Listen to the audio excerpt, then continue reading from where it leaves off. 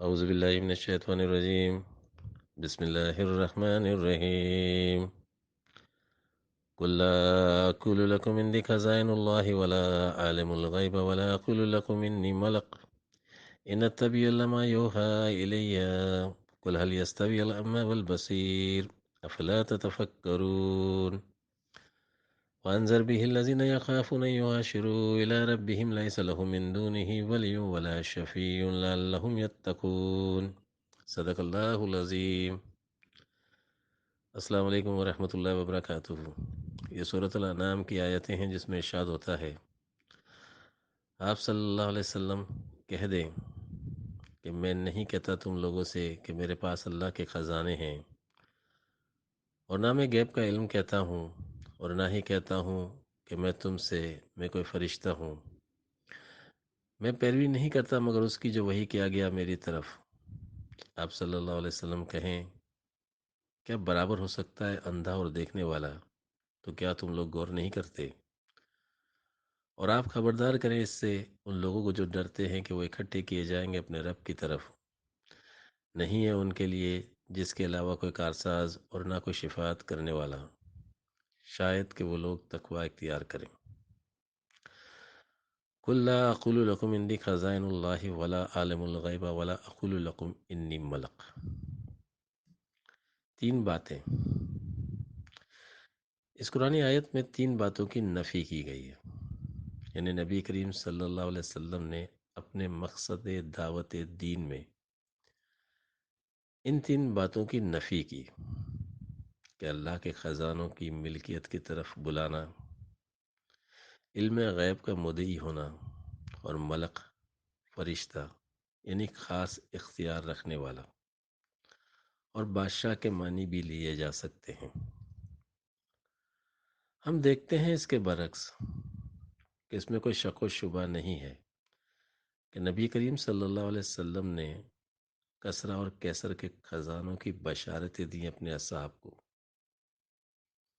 اور آپ نے دنیا کے بادشاہوں کو خط لکھے کہ اگر اسلام قبول نہیں کیا تو تمہاری بادشاہتیں ختم ہو جائیں گی، اور آپ نے ہی یؤمنون بالغیب بھی کروایا۔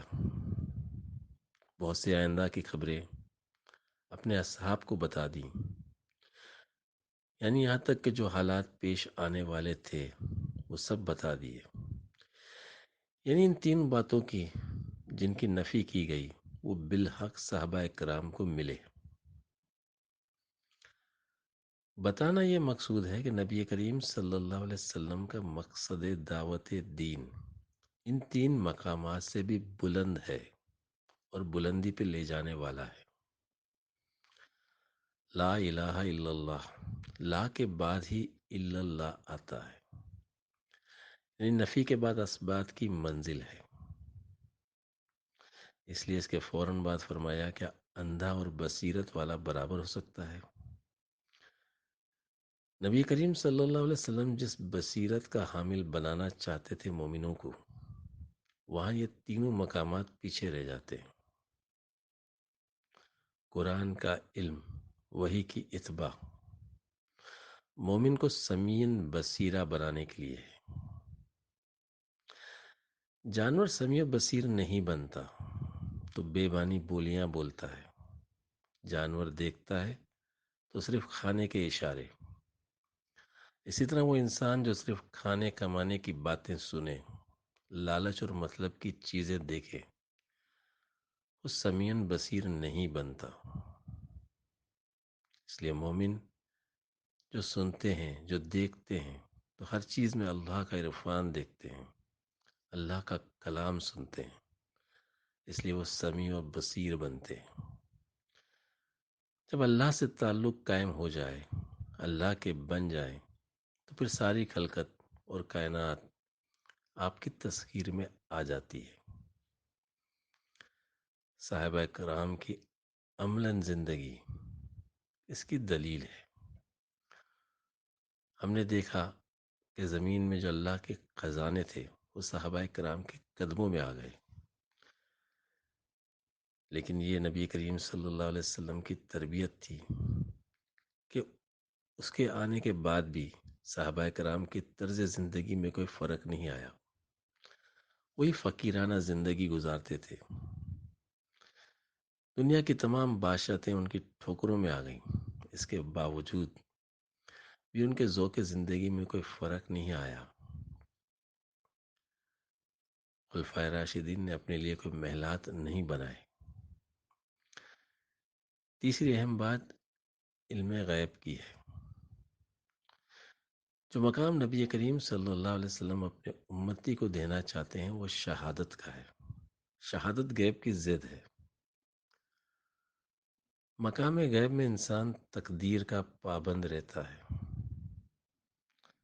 لیکن مقام شہادت تقدیر کا مالک بناتی ہے، اور نبی کریم صلی اللہ علیہ وسلم نے اپنے اصحاب کو تقدیر کا مالک بنایا۔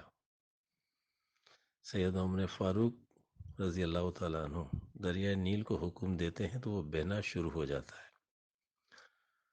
ایک موقع پر نبی سید عمر فاروق رضی اللہ تعالیٰ عنہ زمین پر جب زلزلے کے جھٹکے محسوس ہوئے تو آپ نے اپنی چھڑی زمین پر ماری اور فرمایا کہ کیا ہم نے زمین پر عدل قائم نہیں کر دیا تو پھر یہ زلزلہ کیسا ہے؟ یہ وہ مقام ولایت ہے جس کی دعوت حضور صلی اللہ علیہ وسلم لے کر آئے۔ یہ نعمت اپنی امت کو دینے کے لیے آئے۔ حدیث مبارکہ میں ارشاد ہوا ہے کہ اللہ کے کچھ بندے ہیں جو نبی اور شہید نہیں، لیکن نبی اور شہید ان کے مرتبے اور ان کے اللہ تعالیٰ کے قرب پر رشک کرتے ہیں۔ یہی ولایت کی شان ہے، یہی اسلام کی حقیقت ہے۔ حضور صلی اللہ علیہ وسلم نے صحابہ کرام کو حکم دیا تخلقوا باخلاق اللہ، یعنی تم اللہ کے اخلاق سے اپنے آپ کو مزین کر لو۔ یہ مقام شہادت ہے، اللہ کی جانشینی کا مقام جو فرشتے انجام نہیں دے سکتے۔ فطرت اللہ کا حامل انسان ہے۔ فطرت اللہ کا حامل ہونے کے ناطے انسان اس مقام کا اہل بنا کہ اللہ کی مرضی اس کے منشا کو پورا کرنے والا بنے، اس کا جانشین بنے۔ وَأَنذِرْ بِهِ الَّذِينَ يَخَافُونَ أَن يُحَاشِرُوا إِلَىٰ رَبِّهِمْ۔ حضور صلی اللہ علیہ وسلم ہی حاشر ہیں، عاقب ہیں، آپ حشر کے مالک ہیں۔ اس لیے نبی کریم صلی اللہ علیہ وسلم پر ایمان لا کر ان کے ساتھ ہو جانا، والذین آمنوا معہ میں شامل ہو جانا۔ اہل بشیرت لوگ وہی لوگ حشر اور عاقبت کے خوف کو جانتے ہیں۔ حشر اور عاقبت کا خوف یہ دنیا کے تمام خوف سے نجات دلانے والا ہے۔ لیس لہم من دونی ولی ولا شفیع لعلہم یتقون، اور یہی خوف ولایت کے منصب پر فائز کرانے والا ہے۔ غریب شہر ہوں میں، سن تو لے میری فریاد، کہ تیرے سینے میں بھی ہوں قیامت آباد۔ میری نوائے غم آلود ہے متاع عزیز، جہاں میں عام نہیں دولت دل ناشاد۔